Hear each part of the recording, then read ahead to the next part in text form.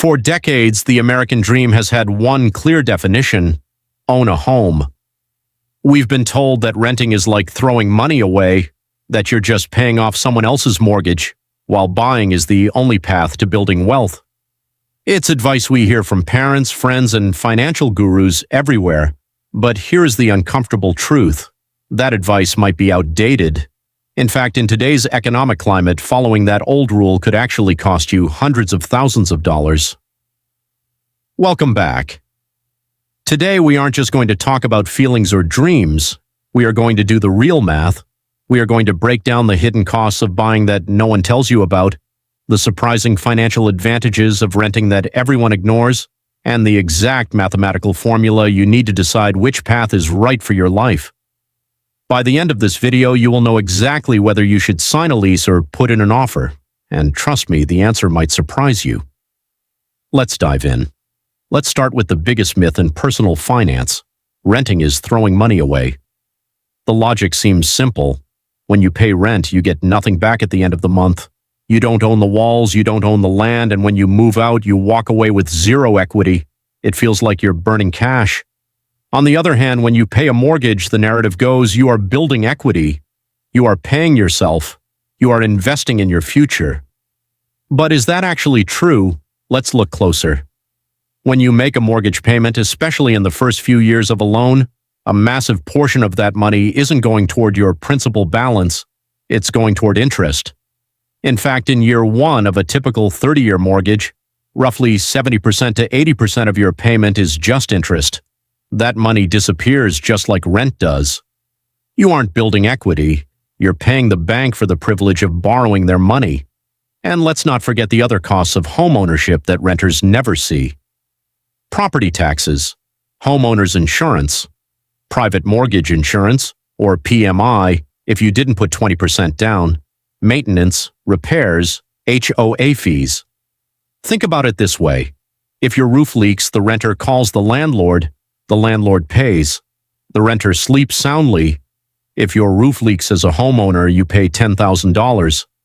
Suddenly, that equity you thought you were building feels a lot more like a liability.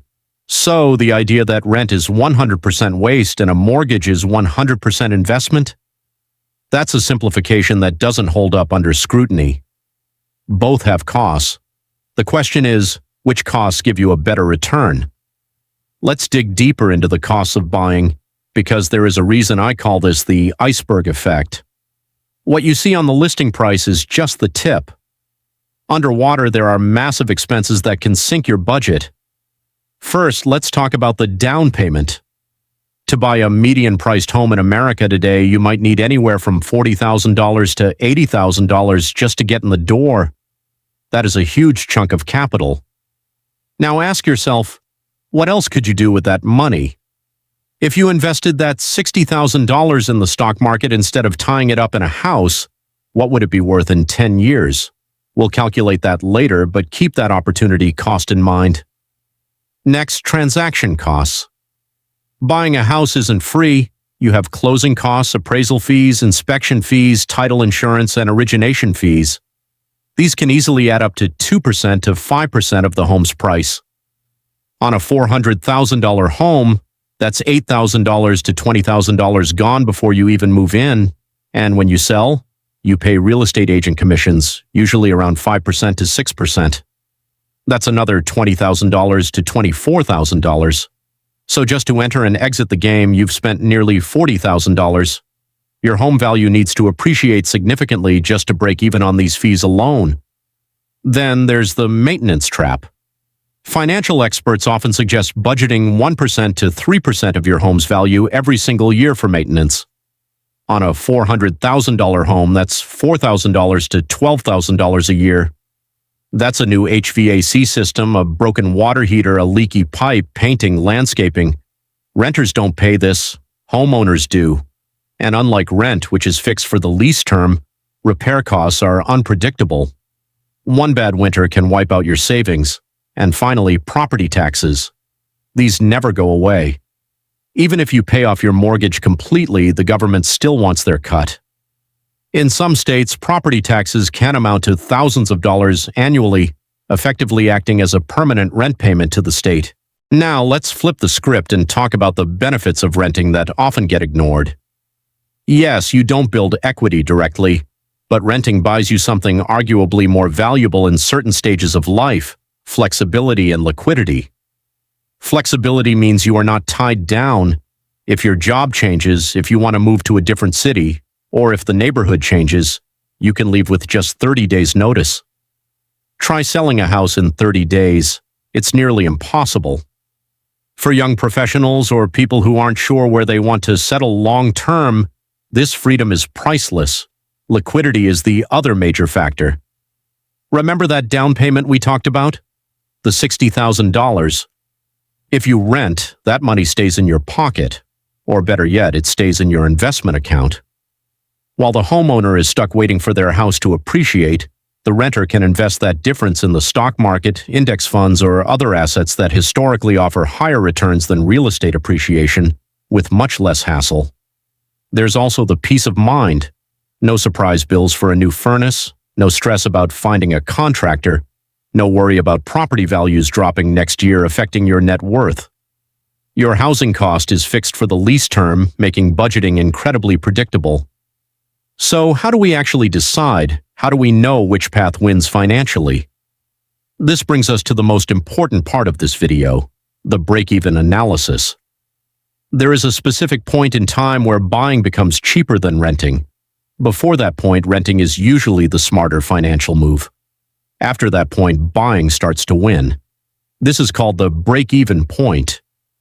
In many markets today, that break-even point is somewhere between 5 to 7 years. That means if you plan to live in the house for less than 5 years, you will almost certainly lose money compared to renting and investing the difference. Why? Because of those transaction costs we mentioned earlier. It takes several years of appreciation just to cover the cost of buying and selling. If you stay for 10, 15, or 20 years, the math shifts heavily in favor of buying. Over a long period, the forced savings of paying down the principal and the historical appreciation of real estate usually beat renting.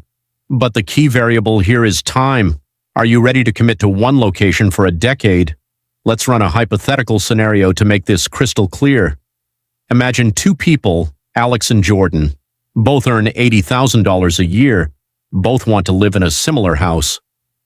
Alex decides to buy. The house costs $400,000. Alex puts down $80,000, 20%. His monthly mortgage, including taxes and insurance, is $2,500.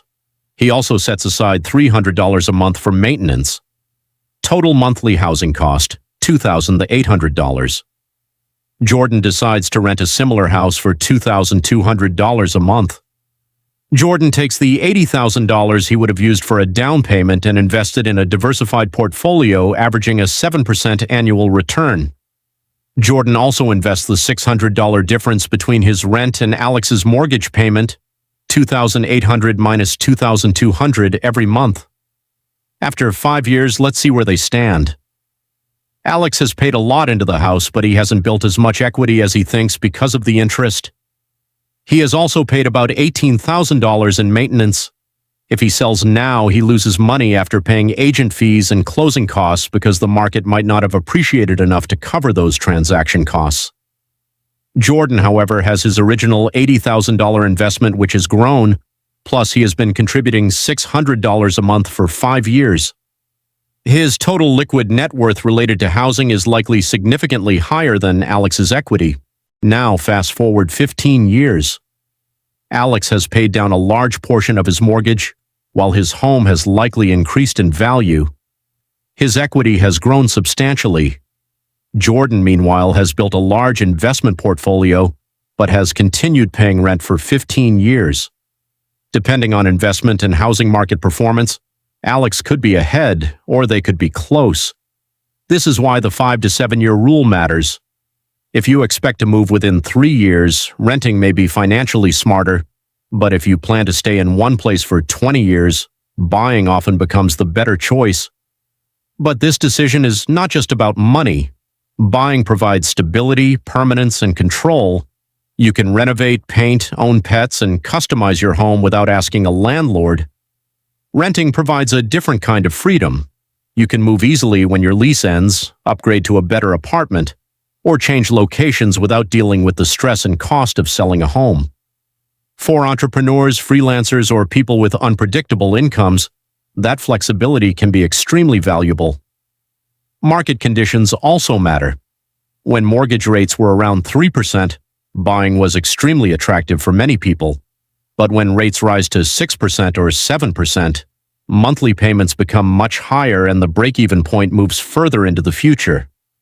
At the same time, home prices in many areas have become very expensive compared with household incomes. This means buyers need larger down payments, which can tie up a significant amount of their money. So, what should you choose? There is no universal answer. Buying may make sense if you plan to stay for at least 5 to 7 years, have stable income, a 6-month emergency fund, value stability, and can comfortably handle maintenance costs. Renting may be better if you might move within 3 to 5 years, value flexibility and liquidity, want to avoid maintenance and selling costs, or believe you can invest your money and earn better returns elsewhere. The biggest mistake is blindly following what everyone else is doing. Don't buy a house simply because your family or society expects you to, and don't rent forever just because you're afraid of buying. Look at the actual numbers. Compare local rent and home prices, calculate your break-even point, and consider your career, family plans, lifestyle, and financial goals. Remember, a house is not always an investment. Sometimes it is simply a place to live. Other times it can become one of your biggest wealth-building tools. The difference comes down to timing, numbers, and financial discipline. Before making your decision, use a reputable rent versus buy calculator. Enter your local rent, home price, down payment, mortgage rate, and expected time in the home. The result could completely change your financial strategy. Whether you ultimately rent or buy, the goal is the same: building a secure, prosperous, and financially healthy future. If you found this breakdown helpful, make sure to like and subscribe for more honest, data-driven personal finance content. And comment below, are you team rent or team buy, and why?